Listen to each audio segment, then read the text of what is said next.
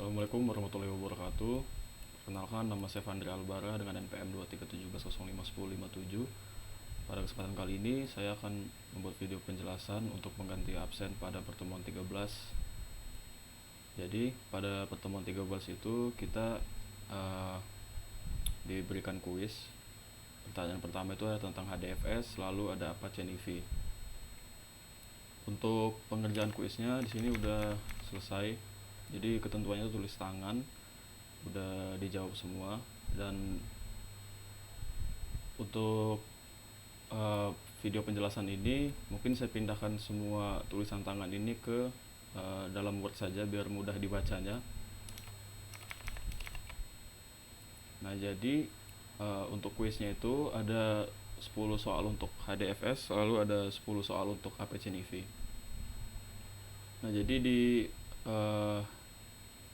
untuk jawabannya ini mungkin untuk dijelaskan terlalu panjang, jadi saya sudah merangkum jawaban-jawabannya tentang inti jawabannya itu.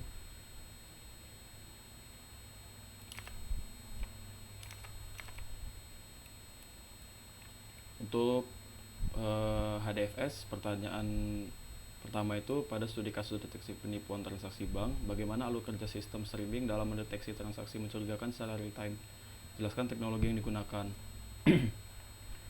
Lalu ada lagi, HDFS memiliki kelebihan dalam penyimpanan data skala besar, tetapi kurang cocok untuk file berukuran kecil dan aplikasi real time cepat. Kita diminta untuk menjelaskan teknis mengapa hal tersebut dapat terjadi. Lalu yang ketiga itu peran name node dan secondary name node dalam menjaga kestabilan HDFS. Lalu nomor 4 itu dimintai pendapat untuk tantangan terbesar dari implementasi HDFS. Pertanyaan kelima itu proses pembacaan data. Yang keenam itu fungsi storage layer. Yang ketujuh itu hubungan antara konsep distributed system pada HDFS dengan peningkatan performa.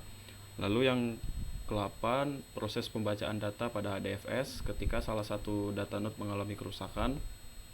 Yang ke-9 itu kita membandingkan metode batch processing dan streaming processing pada HDFS dari segi kerja kecepatan pemrosesan. Dan nomor 10 itu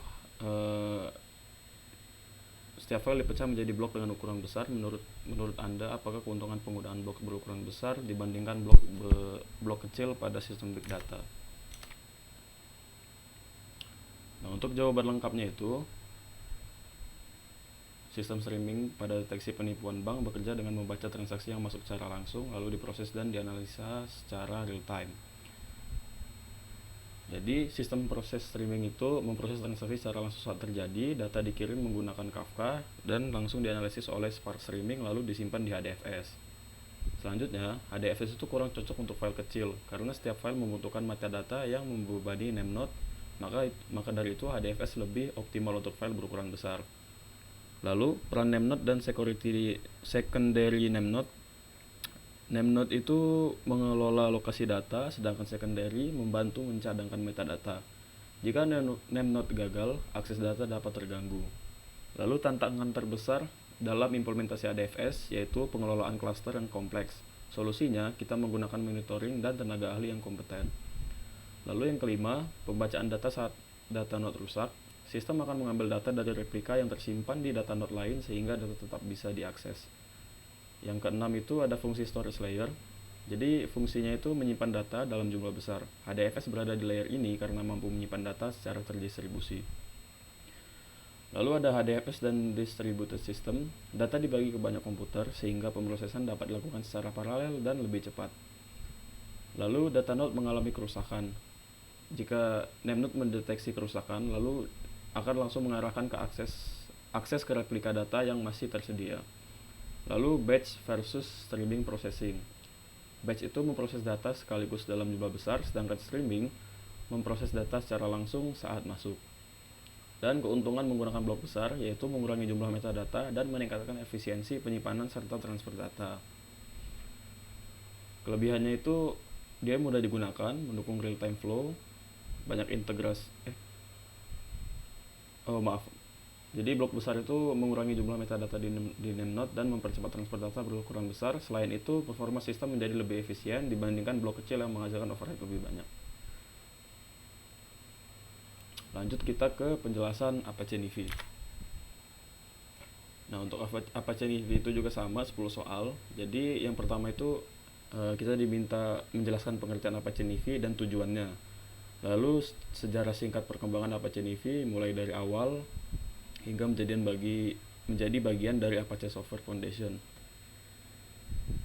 Yang ketiga itu bagaimana Apache Nifty ini menjamin keamanan data tingkat enterprise. Yang keempat itu maksud dari real-time data flow pada Apache Nifty dan mengapa itu sangat penting. Lalu apa yang dimaksud dengan data provenance dalam Apache Nifty dan mengapa fitur ini penting dalam pengolahan data. Yang keenam itu peran Apache Nifty sebagai jembatan antara sumber data dan sistem analitik. Yang ketujuh diminta untuk menyebutkan dan menjelaskan komponen utama Apache Nifty. Sedangkan nomor 8 posisi Apache Nifty dalam arsitektur big data. Nomor 9 itu fungsi back pressure dan visual flow design dalam Apache Nifty. Dan yang terakhir kelebihan dan kekurangannya. Jadi Apache Nifty itu adalah platform untuk mengotomatisasi aliran data antar sistem, dan tujuannya itu memudahkan pengumpulan, pengiriman, transformasi dan pengolahan data dalam ekosistem big data. Sedangkan Apache Nifty awalnya dikembangkan oleh NSA dengan nama Niagara Files untuk mengotomatisasi aliran data. Setelah itu proyek disumbangkan ke Apache Software Foundation dan berkembang menjadi Apache Nifty. Apache Nifty ini menjamin keamanan melalui enkripsi data, autentikasi pengguna, SSL atau TLS, dan kontrol akses berbasis role sehingga aman digunakan di lingkungan enterprise. Lalu real-time data flow adalah proses pengiriman dan pengolahan data secara langsung saat data masuk. Hal ini penting agar informasi dapat dianalisis dengan cepat tanpa menunggu lama. Data provenance adalah fitur untuk melacak asal, pergerakan, dan perubahan data selama proses berlangsung. Fitur ini penting untuk monitoring, audit, debugging, dan memastikan integritas data.